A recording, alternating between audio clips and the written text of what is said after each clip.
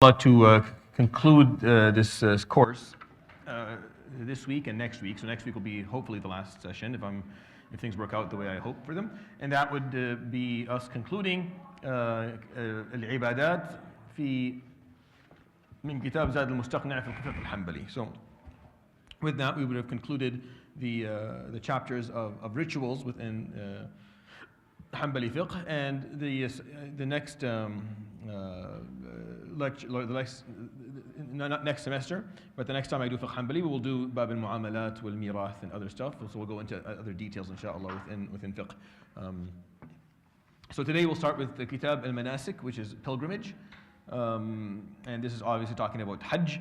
So we'll go through, inshallah, half of that today and then half of it next week. Can you see if the clicker is in the thing? طيب. يقول المصنف رحمه الله ونفعنا بعلمه الإمام الحجاوي في كتابه زاد المستقنع: الحج والعمرة واجبان على المسلم الحر المكلف القادر في عمره مرة على الفور. So Hajj and Umrah are obligatory for a free, legally responsible and able Muslim once in his lifetime and immediately. So within this phrase, he puts a number of pieces of information that are important in understanding how Hajj, or how the fariḍah of Hajj actually works. So for the Hanabila, not only Hajj is fariḍah, but also Umrah. And that's similar to the Shafi'i way of looking at things. And other schools of thought may have some different opinions here, but they see that for Hajj and Umrah to equally be a fariḍah. Meaning both of them together are obligatory to be performed at least once in a lifetime. And the way people usually do this, and this is why, is when they do Hajj, they do Umrah with it. And that's called tamattu' or qiran. And if you don't do it that way, you do ifrad, so you do Hajj alone, then people usually just hang around a few days afterwards and then perform Umrah and then leave. So it's done all at once. And that's how it's supposed to be done, really. You shouldn't have two separate trips for Hajj and one for Umrah, one for Hajj. It should happen all at the same time. But this is the majority opinion, that Umrah is wajibah once in a lifetime. After that is sunnah. After that it's recommended to be done, but it doesn't have to. The more you do, the better. But it's obligatory to do at least once. Every Muslim hur, so the Muslim has to be free. Slaves are not obligated to perform Hajj or Umrah. Al-mukallaf, obviously legally responsible, so they have to be sane and of age. Al-qadir, and those who have istita'ah. So they have to have ability. When I say ability, this is physical ability and it's financial ability. And it's also social ability. So it's a bunch of different abilities. So you have to have enough money, you have to be physically capable, and you have to have status so that you can get there safely. Like you have to have, if you're not going to get there safely because there's the possibility that you end up getting apprehended by a government, then you don't have to go. And ala al-fawr, so it's immediately. The Hanabila see, aside, and this is different, and this is similar, I think, to a certain degree to the Hanafi way of looking at things, different than the Shafi'i, that once you have the ability, you need to go to Hajj immediately. It's not ma fi tarahi. There's no extended period of performing this ritual. So for them, once you have the money and you're able, and this is the year, then you go for Hajj immediately. You can't say, well, I wanted. The Shafi'i say, no, you can get married first. You can finish your studies first. You can get a job. You can do these things first with the plan of doing it, but there is certainly, obviously, an extent to where you're not allowed to continue to push it down the road or delay it. But the Hanabila say ala al-fawr, meaning the moment you have the ability, you go for Hajj. And that's a philosophical difference between the Shafi'i way of thought and the Hanbali way of thought when it comes to certain obligations. So in an obligation, the question is, هل هناك واجب موسع أو أم لا? Is there a wajib that is muwassa, that has time, meaning you have the ability to delay and do it later, or do things need to be done immediately when it's time for them to be done? So they have different ways of looking at these things. And the Hanabila see for Hajj that it's ala al-fawr. It's when it's jazakallah khair, immediately when you have the jazakallah khair, when you can. All right. فإن زال الرق والجنون والصبا في الحج بعرفة وفي العمرة قبل طوافها صح فرضا. So if someone performs Hajj and at the time they are a slave, or they have junun, meaning they have lost their sanity, or they are siba, they're very young. And that goes away, meaning they hit bulugh, or they become free, or they regain sanity, and they do that bi'Arafah, while they're standing in Arafah, then their Hajj is now accepted as a faridah. But if they're children, for example, and they continue to be children, and let's say they hit bulugh in Muzdalifah or in Mina, then the Hajj is not, they have to repeat that faridah Hajj. So you have to have achieved the age of bulugh in Arafah at least, because that's the initial piece of Hajj that you have to. And in Umrah, you have to do it at least before the Tawaf. Like you have to achieve one of these things before Tawaf, or the hindrance or the reason for Hajj not to be obligatory upon you has to go away, or has to exist as a reason during, before the Umrah, or during Arafah. Alright. And he goes into some details here in terms of the English explanation that I don't need you to necessarily know. وَفِعْلُهُمَا مِنَ الصَّبِيِّ وَالْعَبْدِ نَفْلًا. And if it's done by a child or by a slave, then it's considered as a recommended or sunnah action, and there's ajr to it. وَالْقَادِرُ مَنْ أَمْكَنَهُ الرُّكُوبُ وَوَجَدَ زَادًا وَرَاحِلَةً صَالِحَيْنِ لِمِثْلِهِ بعد قضاء الواجبات والنفقات الشرعية والحوائج الأصلية.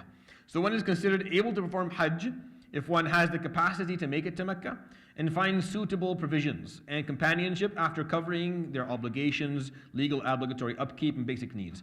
So you're not, if you have in your bank account exactly, let's say $20,000, exactly enough to make it to Hajj and back, but you won't pay mortgage that month, and you won't do the, no, then you don't necessarily, you don't really have the ability to go to Hajj.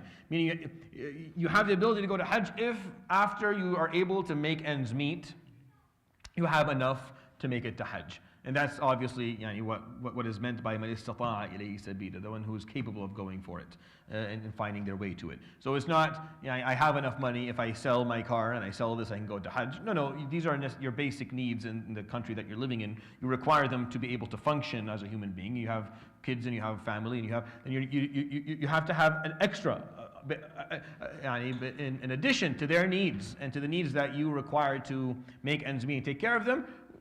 Whatever extra you have has to, if you have extra to go to Hajj, then you can go and use that for Hajj. But definitely not before that. And that's why people say, well, I technically have $25,000 to go for Hajj, but I would have to, or I think there's a package for 14,000 or 15,000 these days. You can go for 15,000. I have 15,000, but I have to sell this, and no, that's not what the Deen is asking for, right? Obviously, if you have the money and you go buy something extravagant that you don't require, and instead of using it for Hajj, then you're accountable. But your basic needs, and basic needs are defined by urf, by custom. Meaning, what is having a car, for example, in this country is a need. Having a car, maybe in the village I grew up in, is probably not a need. So you can go to Hajj maybe more. But again, if you're buying it to make a living off it, or you're going to, so these things are all taken into consideration. So there's more leniency here than maybe most people think. وإن أعجزه كبر أو مرض لا يرجى برؤه لزمه أن يقيم من يحج ويعتمر عنه من حيث وجبا ويجزئ عنه وإن عوفي بعد الإحرام. So if old age or incurable illness renders one unable to make Hajj, then that person is required to support someone to perform Hajj and Umrah on their behalf, and they pay them. So you can pay someone, or you can have a family member go do it, and you pay their expenses, for example. That's fine. The substitution suffices even if one is cured after the substitute enters ihram. So, if you start getting better, but you already paid the person to go do it, and then that suffices. You don't have to say, come back, I'm better now, I can go do it myself. So once you establish that you are ill, or you're not capable of doing Hajj, and you don't think you're ever going to be doing Hajj, and you pay someone to go, once you paid them and they're on their way, you don't have to take that back later on if the doctor says, well, you may be able to do it at some point, you're getting better. No, that's fine. ويشترط لوجوبه على المرأة وجود محرمها وهو زوجها أو من تحرم عليه على التأبيد بنسب أو سبب مباح. So an additional condition for a woman would make it obligatory having a mahram with her to accompany her, either her husband or someone in her family whom she cannot marry, right? And this is obviously a ruling, a circumstantial ruling of the times, when it was very dangerous for a lady to take a journey for Hajj from any part of the globe, and to spend the 15 days in Mecca or Medina on her own. It was not safe for her. But many changes have occurred today. So if she goes in a group, she would still be required to go with a group where she's protected, a group of sisters, and they have a mutawif and they have like their own space. Like she wouldn't be allowed to go completely alone, even today in today's circumstances. But these rulings exist within the context of the time, and that context is important. وإن مات من لزماه أخرج من تركته. If the person who is required to perform Hajj and Umrah dies, the expenses of her two are removed from the estate. So if someone passes away and they didn't perform Hajj and Umrah and they had the wealth, then they take the money out before they give the money away. They take it out and it's used to pay someone to go perform this on their behalf. And this is important, right? So Bab al-Mawaqit, the places of entry. Sorry, I forgot to. مواقيت, this is important. وميقات أهل المدينة ذو الحليفة وأهل الشام ومصر والمغرب الجحفة وأهل اليمن يلملم وأهل نجد قرن وأهل المشرق ذات عرق وهي لأهلها ولمن مر عليها من غيرهم. So Dhul Hulayfa is a designated entry point for the people of Medina. I don't need you to memorize what they're for, just know the names of these entries. Just know what they're, know Dhul Hulayfa, know Al-Juhfa, know Dhul Hulayfa for Ahl Medina because it helps you in understanding the seerah a little bit. So know Dhul Hulayfa for Ahl Medina. And then Al-Juhfa and Yalamlam and Qarn and that Irq, these are all for people. And they basically exist within like the four or directions, or north, east, west, and south for people who are coming to Mecca. So when you're coming to perform Umrah or a Hajj, they usually will tell you when you're in the air, when you are coming close to where your miqat is, your designated entry place, and then you perform Umrah, Ihram at that point. And for Hajj, this is an important thing. You have to do it from the miqat, as we're going to explain. Not doing it from that spot will, you have to tadbah hadi, you have dam. For Umrah, it's a bit less strict. So I tell people, for Umrah, if you want, when you land in Jeddah, do ihram from miqat Ahl Jeddah, or make it to Mecca and do it from Tan'im. It's fine for Umrah. I don't see that to require the biha or anything like that. But for Hajj, I think it does, and we're going to explain that in a moment. So and the miqat to me is an interesting topic. It's a space and a place. A place and a time. Forgive me. It's a place and a time. So it's like at the right time, the right place, and it's like you're entering a different reality. Right? Once you enter from this miqat, everything changes.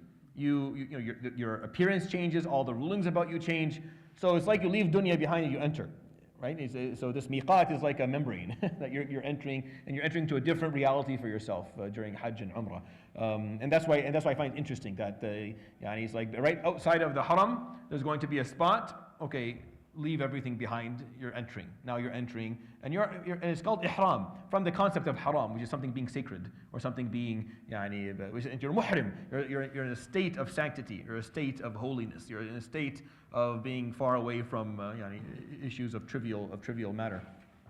So these points actually, philosophically, are extremely important. Hajj, unfortunately, I can't really afford to talk to you about Hajj fiqh in a fiqhi perspective. I'll explain to you a little bit of the figurative aspect to it and the symbolism, or else you don't really the biggest musibah. Everything in Islam is like that. Everything in Islam has an appearance that is mirrored by a spiritual state. And if your spiritual state is not mirroring your appearance, then it's just your fault. Like if you're standing in salah and then doing ruku' and standing up and making sujood, and your internal spiritual state is not mirroring these changes, then that's your problem. Because this change, you are on the ground, because that is the appearance that goes with the spiritual state you should be in. You're in a position of dua. You're begging Allah subhanahu wa ta'ala. You're pleading your case. You're trying. So that's where when you're showing gratitude, you're standing up. So every movement is mirroring the spiritual state, and that exists for everything in Islam. It's not just for salah, but for Hajj, it's especially important to understand, or else you don't understand why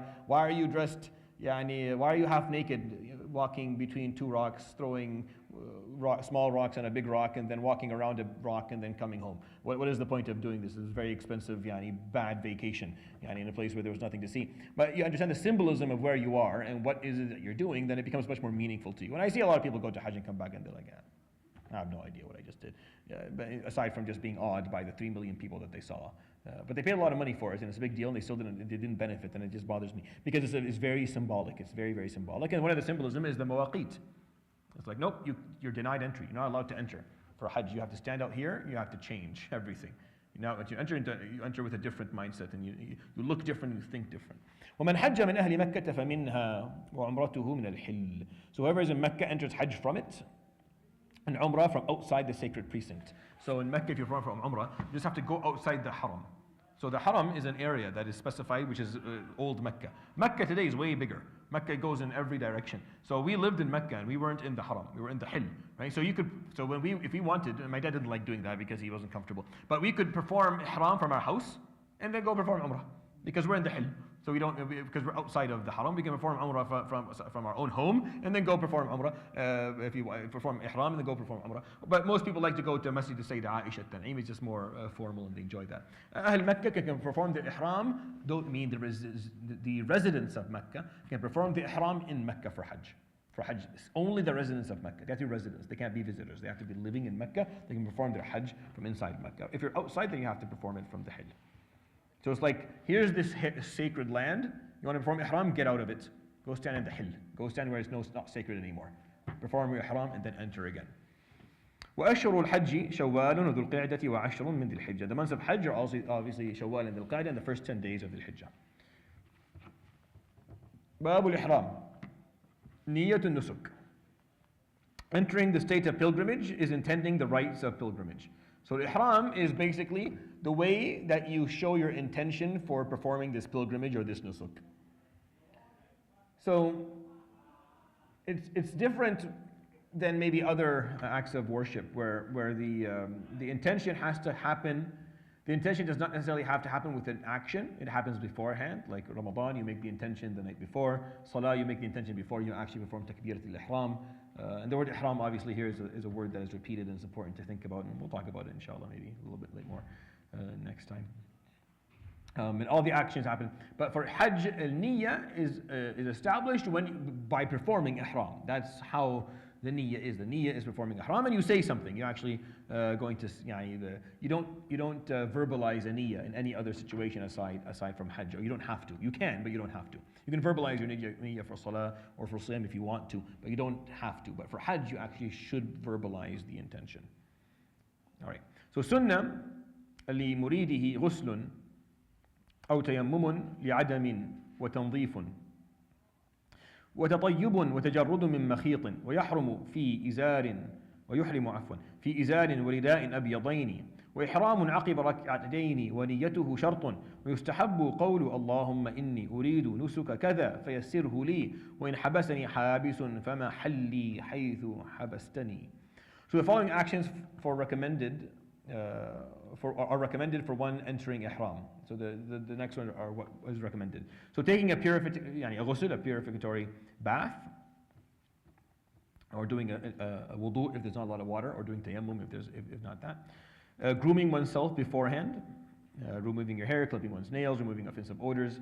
So right before ihram, you take a moment and you look at yourself in the mirror, you clean yourself up a little bit, you take your nails, your whatever hair you have to, so clean yourself up and maybe use some utur and tib so that you smell nice, because you're not going to smell nice at the end of your ihram. So you try to take care of yourself beforehand, right? Applying perfume to one's body, this is before ihram, right? This is what sunnah you do before you enter ihram. Removing any sewn clothing, so now you're going to remove any sewn clothing. Entering ihram wearing a white waist wrapper, izar, and a white shawl, rida, for men, obviously. Doing so immediately after praying 2 prayer cycles. So you perform, you do this after Sunnat al-Ihram. So you pray 2 rak'ah, and then you perform your Ihram, and you take that off. You take off your clothes so clothing that are sewn, meaning there are pieces that are sewn together. Al-Ihram is basically 2 pieces of clothing that aren't sewn together, just like a towel. There's no pieces added to it. It's just one piece of fabric. It's going to be khuyut, it's going to be threads, but the threads, we're not adding pieces upon pieces. What I'm wearing right now, this piece of thread is added to this piece of thread. Those are sewn together. So everything that you're wearing, you have pockets that are sewn on and stuff sewn on. And that's called makhit. So you don't wear anything like that. You just wear 2 pieces of unsewn upon fabric. White for men, and women don't have to do that. Women can wear normal clothing, but men have to do that. And the reason behind this is you're going back to the state of simplicity, right? You're going back to a simple state. You're going to Allah Subhanahu wa Taala in a simplistic manner. And then It's recommended to say, Allahumma inni uridu. There's a recommendation to make a certain dua. Oh Allah, I intend to perform such and such, meaning Hajj or Umrah. So make it easy for me. If anything restrains me, then my release is wherever I am restrained. And we'll talk about the ihsar, what to do when it happens. وأفضل الأنساك التمتع وصفته أن يحرم بالعمرة في أشهر الحج ويفرغ منها ثم يحرم بالحج في عامه وعلى الأفقي دم. So there are three ways to perform the pilgrimage. There's Qiran, performing Hajj and Umrah simultaneously. There's Tamattu', performing Umrah before Hajj, and Ifrad, performing Hajj before Umrah. So the Hanabila like Tamattu', and the Shafi'iyya like Ifrad. And then the other schools have different opinions regarding this topic. So the superior way to perform the rites of the pilgrimage is tamattu', that's for the Hanabila, during which one enters the state of pilgrimage to perform Umrah during the months of Hajj, completes it, and then enters the state of pilgrimage to perform Hajj during that same year. If you're coming from a far distance for a shortening period, you must take a blood sacrifice. So, if you are to perform tamattu', let's say you're leaving from here and you have not performed a Umrah in your life or a Hajj, you want to do them both, and this is your faridah, you want to remove your obligation. So the best thing to do is to go a little bit before Hajj, a little bit before, as in a couple of days, and you do ihram for Umrah. You do ihram for Umrah 3 or 4 days before Hajj. You perform your Umrah, you stay in ihram, you perform your Hajj in that ihram, and then you slaughter a udhiyah as a way, because you did it that way, and then you performed your Umrah, you performed your Hajj, and you're done. It's called tamattu'. You do Umrah before the Hajj.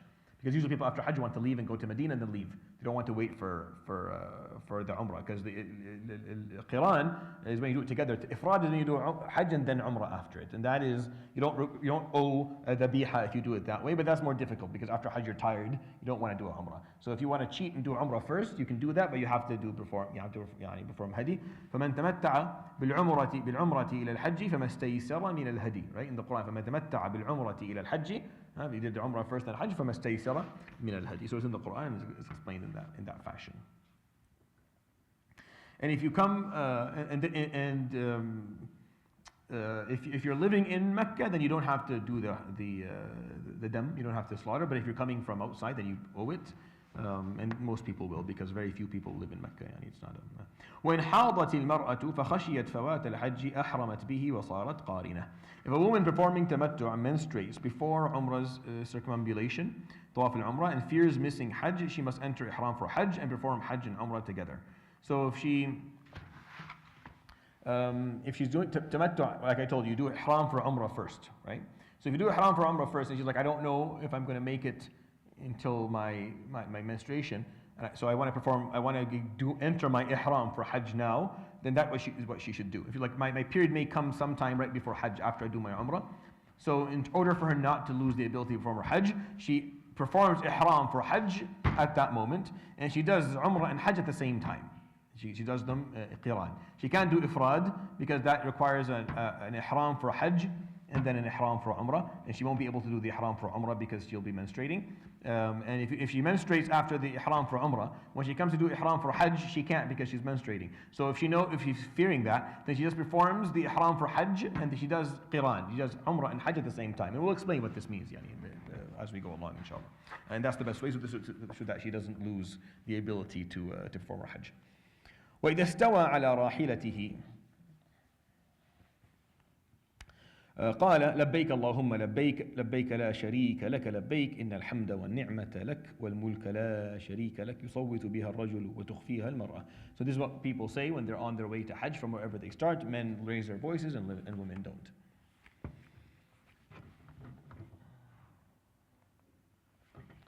باب محظورات الإحرام. I would advise that some of these aspects of Hajj you try to memorize. Like not everything, but some of them try to know because they're important. You probably do this once in a lifetime, but it's nice for you to understand a little bit what's expected of you when you go for Hajj, so you know some of these pieces of information. The arkan and stuff like that, and what you should do and shouldn't do when you're performing Hajj, I think is worthy of applying to memory. وهي 9 حلق الشعر وتقليم الأظافر فمن حلق أو قلم 3 فعليه دم. So 9 things are forbidden for someone who's in the state of ihram. There are 9 things you're not allowed to do. So number 1, shaving one's hair or clipping one's nails. So if you do that, then you owe a fidya or a dam. We'll use that term, fidya or dam, where you have to slaughter a sheep and offer it for the sake of Allah and feed the poor. So once you enter into ihram, you don't cut your hair, any amount of it, any type of hair from any part of your face or body, and you don't remove your nails. Now, if a nail is ingrown and harming you, or you have this big nail that you stab people with when you're walking, then you can remove that. It's like something that's harmful to someone else or yourself, you remove it. Aside from that, you don't do that in a cleansing manner. So you don't cut hair, you don't remove your nails when you're in the state of ihram. وَمَنْ غَطَّى رَأْسَهُ بِمُلَاصِقٍ فَدَى. And a man who covers his head with something that's attached to his head is also haram to do. So men aren't allowed to wear these types of hats or imamat or amayim when they're performing hajj, when they're in ihram. Now you'll see people obviously with those things during tawaf, but usually they have finished their ihram, like they've removed themselves from ihram. Ihram is not very long. Like it's only a couple of days. Like it's not like 2 days, 2.5 days tops. And if you do it right, you don't end up in ihram for a very long time. Sometimes it can be even less than that. Yeah, if you really want to be savvy, you can do it even in less than that, like a day, like 24 hours is the whole thing. But when you're in ihram, a man cannot cover his head with something that's stuck to it. You can use an umbrella. You can use sometimes, if you're going to be harmed by the sun, then you can use a damp towel to cover your head for a certain period of time. So you can use stuff like that. But men should not be walking around when they're in ihram with hats on their heads or imama on their heads. And if they do, then they owe a dam. Again, anything that we're talking about here, everything that is haram for a muhrim, for someone who's in the state of ihram, once you make the mistake and do it, then you owe automatically a dam. You don't owe one for each of these mistakes.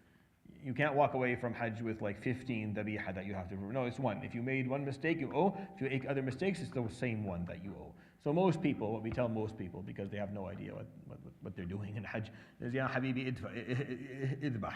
Idbah miniyat, with the intention that I surely made mistakes, so I'm going to perform this dhabiha. It's rare that you enter hajj and get out and you don't owe a dam at all. It's very rare. You can do it if you learn what I'm teaching. When you stick to the rules, you can. But if you want to stay safe, it's much better to perform الضحية. وإن لبس ذكر مخيطا فدا. If a male wears a sewn garment, then he also owes a fidya. It's called blood indemnity, but a fidya is just an easier word. وإن طيب بدنه أو ثوبه أو ادهن بمطيب أو شم طيبا أو تبخر بعود ونحوه فدا. So if you perfume your body or clothes, or you apply an oil, or you seek out perfume, or you try to fumigate or smell perfume, anything like that, then you will owe a fidya. Now, if the wind throws a good scent into your nose, you don't owe. If someone gives salams and there's something on their hand that's perfume, that doesn't apply to you. But if you try and seek out perfume, or if you forget, for example, and you pull it out and then you use it, then you owe a dam. وإن قتل صيدا مأكولا بريا أصلا ولو تولد منه ومن غيره أو تلف في يده فعليه جزاؤه ولا يحرم حيوان آنسي ولا صيد البحر ولا قتل محرم الأكل ولا الصائل. So if one hunts edible land game or their offspring with something else, or it perishes while in his possession, then one must fulfill an expiation for it. Again, they owe them. Domesticated animals are not unlawful to slaughter. Catching sea animals is not haram. Like أحل لكم صيد البحر وطعامه متاعا لكم وللسيارة وحرم عليكم صيد البر ما دمتم حرما. So when it comes to seafood, they can do that. Basically, you're not allowed to. So it's an issue of dunya. You're entering ihram. You're removing your clothing.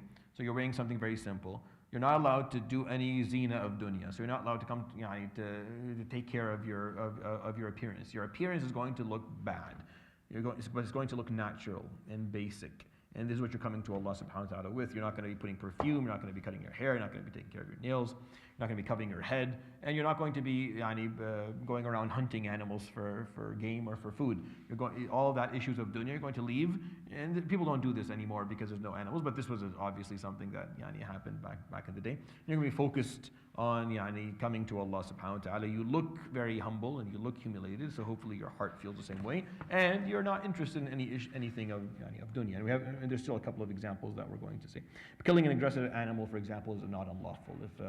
a spider comes up, or some form of lizard or reptile, or a wild animal comes at you, then killing that is not going to be considered something haram, and you don't owe anything for that. Yeah. ويحرم عقد نكاح ولا يصح ولا فدية وتصح الرجعة. So it's unlawful to contract a marriage, and it's an invalid contract. So if you go there in Hajj and you happen to walk by the Turkish group and you like someone and you decide to do katib kitab, then that is not only is that haram and you owe them, but also that contract that was made is invalid. Like she's not your wife. Like it doesn't account. You could say, because it's important, you could say, well, it's haram, but the question is, does the contract count? No, it doesn't even count in Hajj. And this is like with the majority of opinions of scholars. There is no blood indemnity fidya, however, it is valid to take back a wife. So if you had performed a talqah, and then in Hajj, radadtuki ila ismati, that's fine. Like if you performed one talqah and she's in that period, and you guys can just kind of reboot or reset your marriage again, you can do that during Hajj. But you can't take a new wife. وإن جامع المحرم قبل التحلل الأول فسد نسكهما ويمضيان فيه ويقضيانه ثاني عام. So if someone in the state of pilgrimage, meaning you did ihram and then you went and you slept with your wife, right? Before you performed the first tahallul, the partial release from ihram. We're going to talk about the first tahallul and second tahallul within this, so we'll talk about that. The pilgrimage is invalidated. Your Hajj is done. And you have to complete it till the end, and then you have to make up for it next year. Right? You have to come back and make up for it next year. Now, if you don't have the money for it, then that's fine, but meaning the moment you have that, you immediately have to make the intention of coming back next year to make up for this Hajj that I just messed up. So this is the only thing that yufsidu al-Hajj, right? Like everything else is haram to do when you owe a fidya. You sleep with your wife before tahallul al-awwal, tufsid al-Hajj. Your Hajj is ruined, and you have to complete it, and then you owe a dam, and then you owe to repeat it again. So it's a big deal, so I have to watch out. Like, who does that? Yeah, sure. It happens every year, every single year. It happens, and there's actually like people who take stats for this. It happens every single year. Especially now, when people have hotels, where they can go back, and they can perform ihram, and they can go, and the shaitan is there, so it's like, it's a blessed time, blessed place. And then they ruin their Hajj. وتحرم المباشرة فإن فعل فأنزل لم يفسد حجه وعليه بدنة لكن يحرم من الحل لطواف الفرض. So this is a little bit complicated. It doesn't matter to me if you know all this in detail, but so foreplay is unlawful. Now if a man engages in foreplay and then he ejaculates, then his Hajj is not invalid, because only invalid through intercourse between the man and the woman. That's the only time it's fully invalid. Anything else is not invalidated. But doing that is haram. The Hajj, for that he must slaughter a camel, a badana, so he alayhi fidya, but we'll explain what there's different types of fidya in Hajj. The word fidya does not apply in one thing, so it's slaughtering, but not every different offenses have different things, and we'll talk about them. And then you re-enter the state of pilgrimage from outside the sacred precinct. So once that happens, you owe, and you go and you perform ihram again, right? Especially for tawaf al-fard, for the tawaf al-ziyarah. So إحرام المرأة كالرجل إلا في اللباس وتجتنب البرقع والقفازين وتغطية وجهها ويباح لها التحلي. So a woman's entry into a state of pilgrimage is similar to the man, with the exception of clothing. She does not have to wear, she can wear al-makhid. She avoids wearing a face covering, gloves or covering her face. So women in Hajj don't wear the niqab, and they don't cover their hands. So now a woman is allowed to wear, for example, a hat that has a long thing and then have something come down in front of her, that's okay, but she can't wear something that's covering her head. Just like a man can't cover his head immediately, a woman can't cover her face immediately.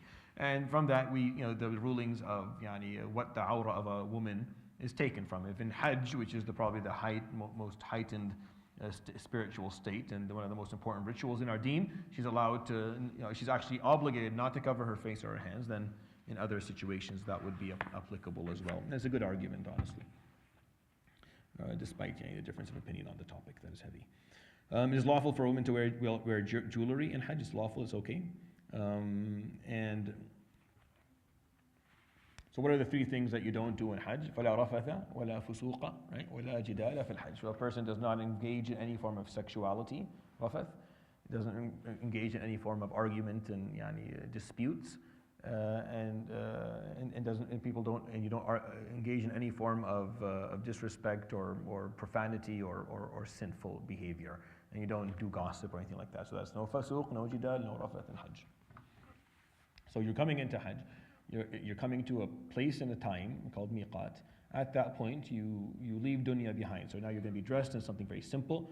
You're not allowed to comb your hair or cut your hair or cut your nails or put on perfume. You're not allowed to hunt. You're not allowed to express any form of sexuality. You're not allowed to argue with people upon any topic. You're not allowed to be sinful. So you're leaving all aspects of dunya behind you, and you're coming to Allah subhanahu wa ta'ala with full sincerity and clarity. You're coming to Him as you were created to begin with. Yeah, it's not lawful to come to Allah nude, so you come to Allah subhanahu wa ta'ala covering with something very basic. For women it's different because this is a part of their ibadah. A part of their ibadah is covering their bodies and not exposing themselves to men, but everything that they should cover, right, which is everything aside from their face and their hands, and then everything else is off the table during Hajj. So it's a very heightened spiritual experience. It should be, at least, understanding that the rules automatically are different for you the moment you enter ihram and you enter the sacred land, and you yourself are in a state of sanctity, in a state of holiness, where you are no longer engaging in any aspect of dunya, and you're not thinking about it, and you're not participating in it. And that's the concept or the philosophy behind why you do these things. So it's a very beautiful thing if you do it that way. Whether for Hajj or for Umrah, it's the same thing. Right. Sorry, I keep on forgetting to do this. That's where I stopped. I think, we'll do maybe 2 more pages, and then I'll let, because I'm hoping to finish, inshallah, next week, if we're capable. باب الفدية يخير بفدية حلق وتقليم أو تغطية رأس وطيب بين صيام 3 أيام أو إطعام 6 مساكين لكل مسكين مد بر أو نصف صاع تمر أو شعير أو ذبح شاة. So the indemnity for shaving, meaning cutting your hair, or paring your nails, right, or covering the head, or using perfume. These are these 4. If you do any of these 4, then the indemnity for that is you're giving the option. Either you fast 3 days, you feed 6 poor people, which is around 2 liters of food, or 2 kilos of food, which is basically $20 or something. So you just do 6 times 20, so like $150 if you want to be out of any khilaf, that's what you would owe. Or dhabhu sha, or slaughtering a sheep. And slaughtering a sheep is probably the most expensive of the 3 options. And siyam is probably the most difficult of the 3 options. So the easiest is the 6 masakin. It's the cheapest and the easiest one for people to do. Now, if you're really poor, then siyam is a great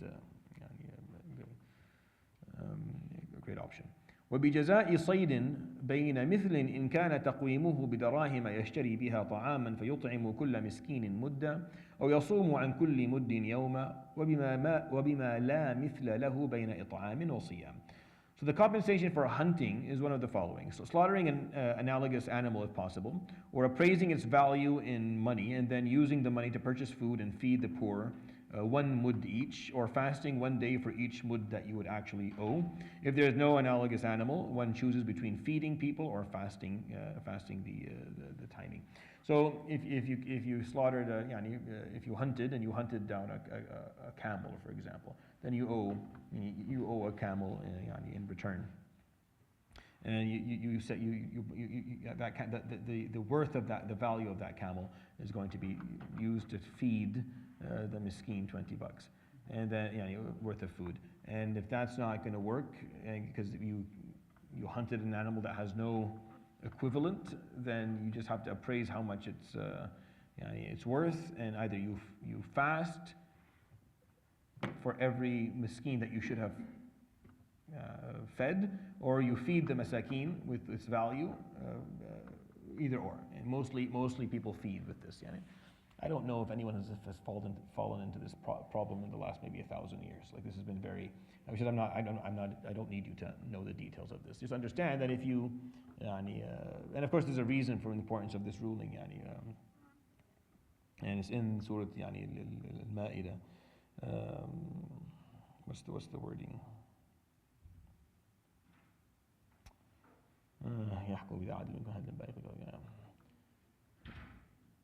ومن قتله منكم متعمدا فجزاء مثل ما قتل من النعم يحكم به ذو عدل منكم هديا بالغ الكعبة. So يا الذين آمنوا لا تقتلوا الصيد وأنتم حرم. So the ayah don't kill صيد وأنتم حرم, and then the ayah explains if you do, then you owe something similar, equivalent for what you did, and you feed it to the poor, or you pay its equivalent amount to feed poor, or you fast for how many poor people you could have fed with that for each day, which adds up to a lot of days of fasting, so the paying is way easier than the fasting for this one. وأما دم متعة وقران فيجب الهدي فإن عدمه فصيام 3 أيام والأفضل كون آخرها يوم عرفة وسبعة إذا رجع إلى أهله. So the blood indemnity for performing Umrah and then Hajj, which is tamattu', which is what we talked about for this Hanabila, is the superior way of doing Hajj, where you perform Umrah first and then you perform Hajj afterwards. And if you do that, or you do Qiran, because it's the same thing. So Hajj, so the Mut'ah and Tamattu' and Qiran, both you require an indemnity.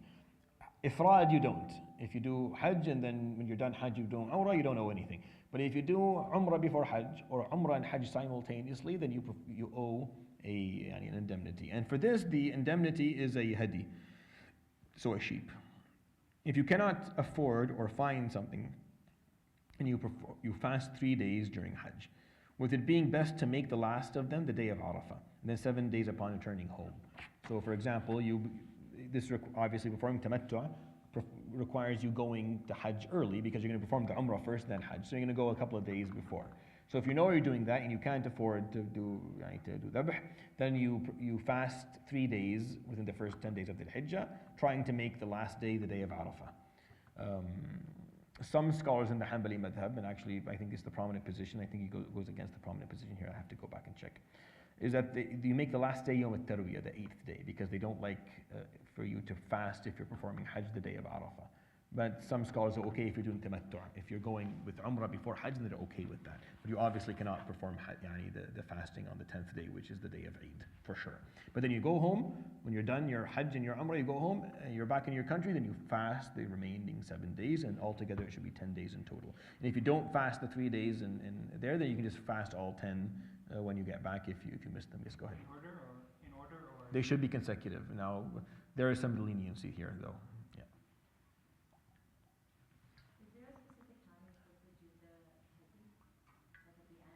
At the end. We'll come to that, inshallah. Yeah. But yes, at the end. It's going to be at the end. Yeah. And when I say at the end, meaning the day of Eid. So it's not really the end, but you can do it during the day of Eid or any ayyam al-tashriq. It all works. Yeah, it's all within that timing. وَالْمُحْصِرُ إِذَا لَمْ يَجِدْ هَدِيًا صَامَ عَشْرَةً ثُمَّ حَلَّ. So someone who's prevented from performing pilgrimage, if he does not find a sacrificial animal hadi, he fasts 10 days, after which he is released from his ihram. And this is where, this is the Hanbali opinion. You'll find different opinions here for sure. ويجب بوطء في فرج في الحج بدنه وفي العمرة شاة وإن طاوعته زوجته لزمها. So for sexual intercourse during Hajj, before the first partial release, you have to sacrifice a camel, which is very expensive. And during Umrah, it's a sheep. And if the wife is participated voluntarily, meaning she wanted this, sometimes women will allow their husbands for what they want, and even though they're not necessarily willing, then she is also required to do that as well. But if she didn't, if she's like, I didn't want to do this, you're the one, then he owes it and she doesn't, and she's fine for her Hajj.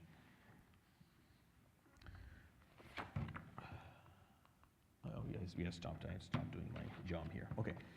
So what else do we have? Let's just do. I was hoping that we would stop at. Yes. So we're going to go until we come to entering Mecca, where he starts talking about like what to do in Hajj, and then we'll read all that inshallah next time, because it's helpful to kind of go it that way.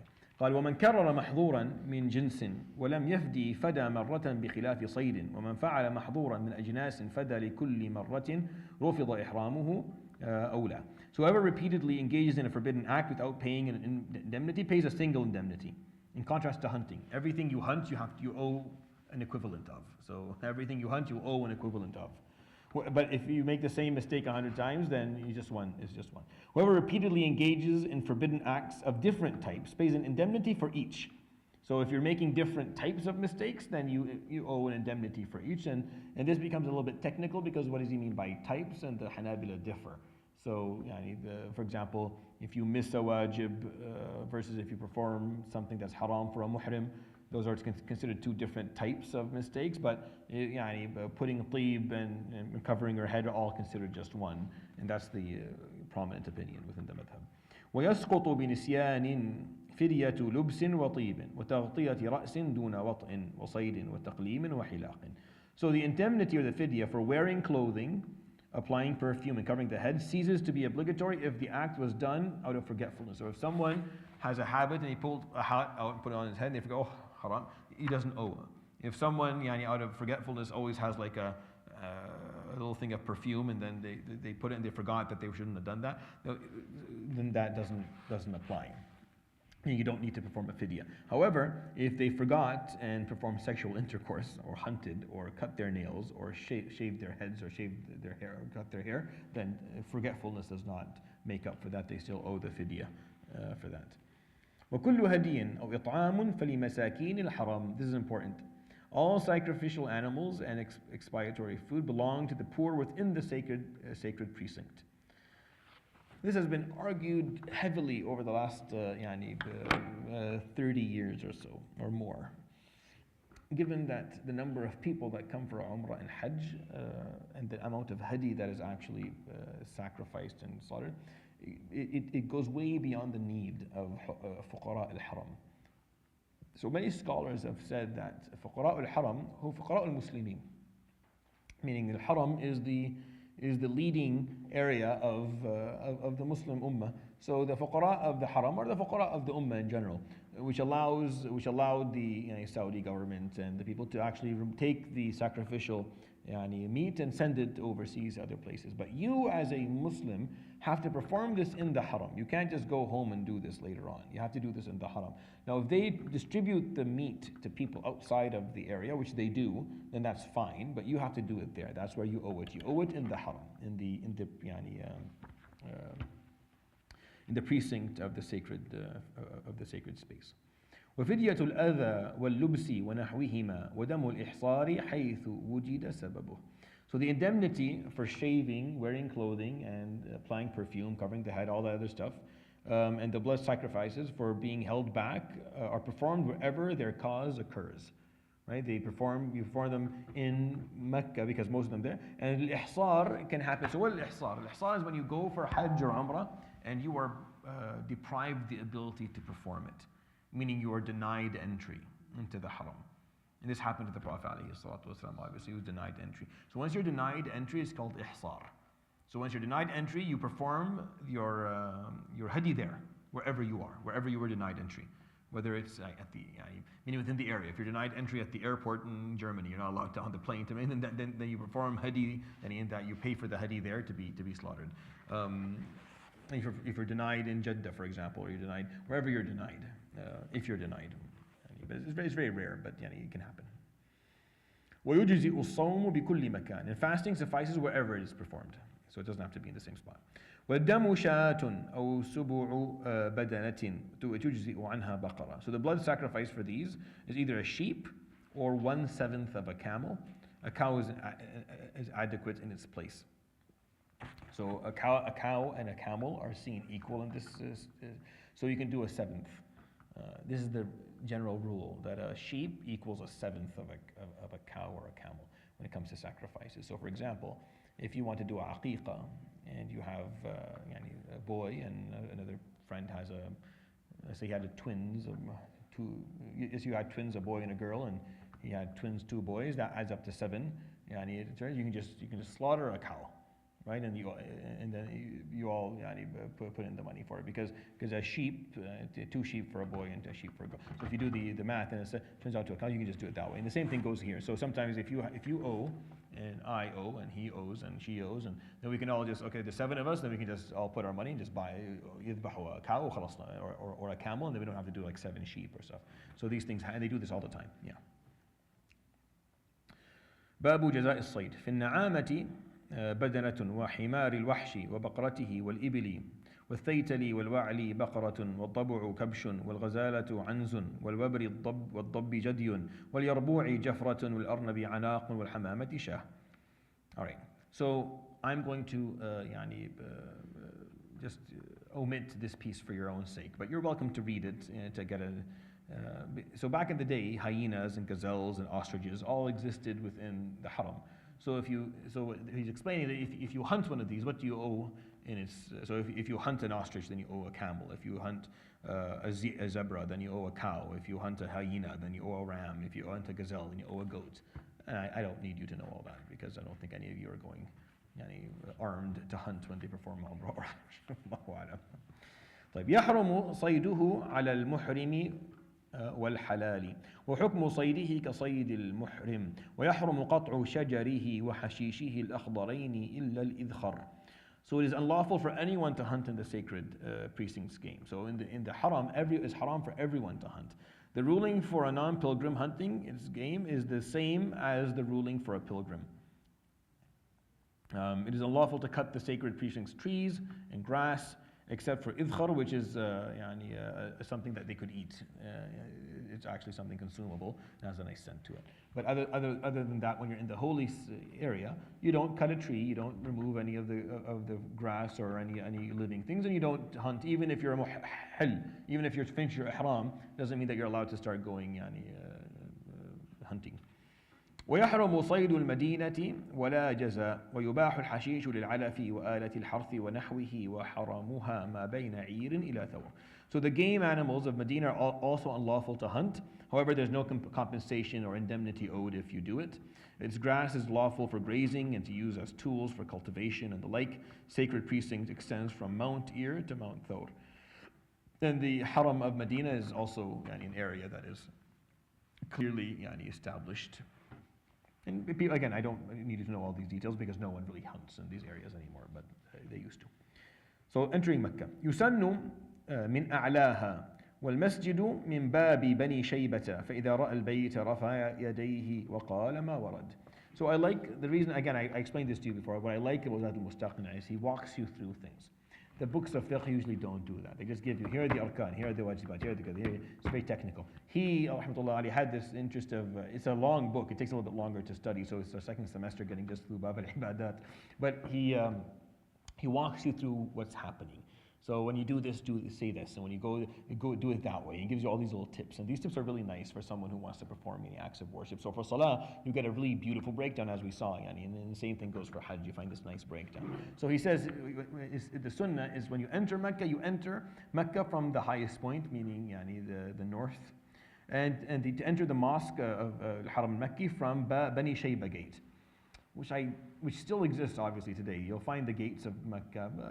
I usually talk about these things before Hajj, and I showed the different gates of the Haram and the gates of and Banu Shayba's door is still there. If everyone does that, then people will die because there's too many people. But if you're alone and you're at the right time, you want to enter from Bani Shayba as the Prophet ﷺ did. فَإِذَا رَأَى الْبَيْتِ, once the person enters the Haram, once you see the Kaaba, once you see it, رَفَعَ يَدَيْهِ, you immediately you put your hands up and you start saying all the ahadith and the awrad that exist for this. And you're going to find all that in English in the book if you want to read them and memorize them. Bismillah wa billah wa min Allah wa ila Allah Allahumma aftah li abwaba fadlik. So this is what the Hanabila say. In the name of Allah, and by Allah, and from Allah, and to Allah, Allah, open the gates of your bounties to me. And then when it sees the Kaaba, you say all these other, Allah, your peace, sort of, Anta salam, minka salam, hayyina rabbana bis salam, Allah, greet us with peace. So if you want, I would say if you're going through Umrah and Hajj, photocopy this page or the page after and some things to say, that you, they don't all have perfect, authentic evidence, but it's what the Hanabila fuqaha over the years and the centuries have always recommended, and there's nothing wrong with memorizing them and saying them because it's very beautiful, or whatever comes to mind in terms of dua and dhikr. In Quran, when you see the Kaaba, you should say and you should make dua. ثم يطوف مضطبعا يبتدئ المعتمر بطواف العمرة والقارن والمفرد للقدوم فيحاذي الحجر الأسود بكله ويستلمه ويقبله فإن شق قبل يده فإن شق اللمس أشار إليه ويقول ما ورد. So I'll read this and then we can call it a night inshallah ta'ala. So one then circumambulates the Kaaba with the middle of one's shawl under the right shoulder. This is called ittiba, this is for men. and its edges over the left shoulder. So when you wear your shawl in Hajj or Umrah, it's a piece of cloth that you put over your shoulders. For the first 3 times around the Kaaba, you take the shawl and you put it under your right arm, and then you throw it over your right. So your right shoulder is apparent for the first 3 times, and you can go back and put it on top. It's called iltiba', and it's for men obviously specifically because we're not going to show off their shoulders in Hajj. At least I hope they don't do that at any point in the future, but that's what men are supposed to do. It's a sunnah. Someone making Umrah begins with the Umrah circumambulation. So if you're doing tamattu', then you do the tawaf al-Umrah first. Or if you're doing Umrah, just do that. And those performing Hajj and Umrah simultaneously, or doing Qiran, or Hajj before Umrah, Ifrad, perform the arrival circumambulation. So Tawaf al-Qudum is done first. So you do Tawaf al-Qudum. And that's, as we're going to see, there's Tawaf al-Qudum, there's Tawaf al-Ifada, and there's Tawaf al-Wada'. There's 3 tawafat. Not all of them are obligatory for the Hajji, not all of them. And that's why here, what he's telling us, rahmatullah alayh, is not the obligations. He's just giving us what he thinks is the best way to do it. What you can do, we'll explain later. Because here's what you have. You could easily not necessarily do it this way. But he's saying if you're intending to perform ifrad or qiran, then make your intention that this is tawaf al-qudum. If you're intending tamattu', meaning umrah before hajj, then make that first tawaf al-umrah, because that's appropriate for what you're intending. But there's different things that can be done. One makes himself completely parallel to the black stone, puts his hand on it and kisses it if possible. If this is difficult, he kisses his own hand. If touching it is difficult, he points to it, he says what has been transmitted. So you stand, you make sure that your body is parallel to the Hajar al-Aswad. You start from behind the Hajar so that you enter, you turn towards it, and Bismillah, Allahu Akbar. You put your hands up like this, just like you do in Salah. It's the same thing, same action that you make in Salah. And if you're close by, then you put your hand upon the Hajar, and you kiss you kiss the stone. If not, you put your hand on the stone and you kiss your own hand. None of that is necessary. Just putting your hand up towards it is enough. Again, here he's just saying what would be the perfect way to do this, and the most beautified method performing this Hajj. ويقول ما ورد, and then you say what you should be saying. بسم الله والله أكبر اللهم إيمانا بك وتصديقا بكتابك ووفاء بعهدك وتبيانا لسنة نبيك محمد صلى الله عليه وسلم. So this is what you say, and then you perform your tawaf. It's a beautiful dua. ويجعل البيت عن يساره ويطوف 7 يرمل الأفقي في هذا الطواف 3 ثم يمشي 4 يستلم الحجر والركن اليماني كل مرة. So one puts the Kaaba on his left, and they use circumambulate. So you don't need to do it because people are still doing it. You're not going to be the only person walking, against the traffic. The Kaaba will be on your left side when you're walking. And if you're a foreigner, you're coming, then you jog the first 3 cycles and you walk 4. So a jog, it's a khafif jog. It's not like you're sprinting the 100-meter dash in the Olympics. You're just doing a very, very khafif jog, and then once you're finished the first 3 rounds, you walk normally afterwards, and then you touch the black stone and the Yemeni corner every time if possible. If you can't, just turn towards them when you're parallel to them and make dua. If you can't stop, then just make dua as you walk by them, because if you're in the middle of Hajj and it's busy, you can't stop actually. They will trample you and you will die. And he gives some ad'iyah that can be made between them, and these are this is beautiful ad'iyah that can. Again, I told you guys that he, rahmatullah, Sheikh Musa Ferber, he didn't translate the Zad al-Mustaqna. He translated Sharh al-Imam al-Buhuti, Rawd al-Murba'. I don't know why he translated I just wanted but it's nice. It's extra information for you to look at. But really, I just want you to know what's written, in the text itself. So I'll stop with that. Or actually, let me just read the 2 more, and then we'll stop at the end of something so I don't forget. ومن ترك شيئا من الطواف أو لم ينوه أو نكسه أو طاف على الشاذروان أو جدار الحجر أو عريانا أو نجسا لم يصح. So when it comes to circumambulation, there's a few things that will invalidate it.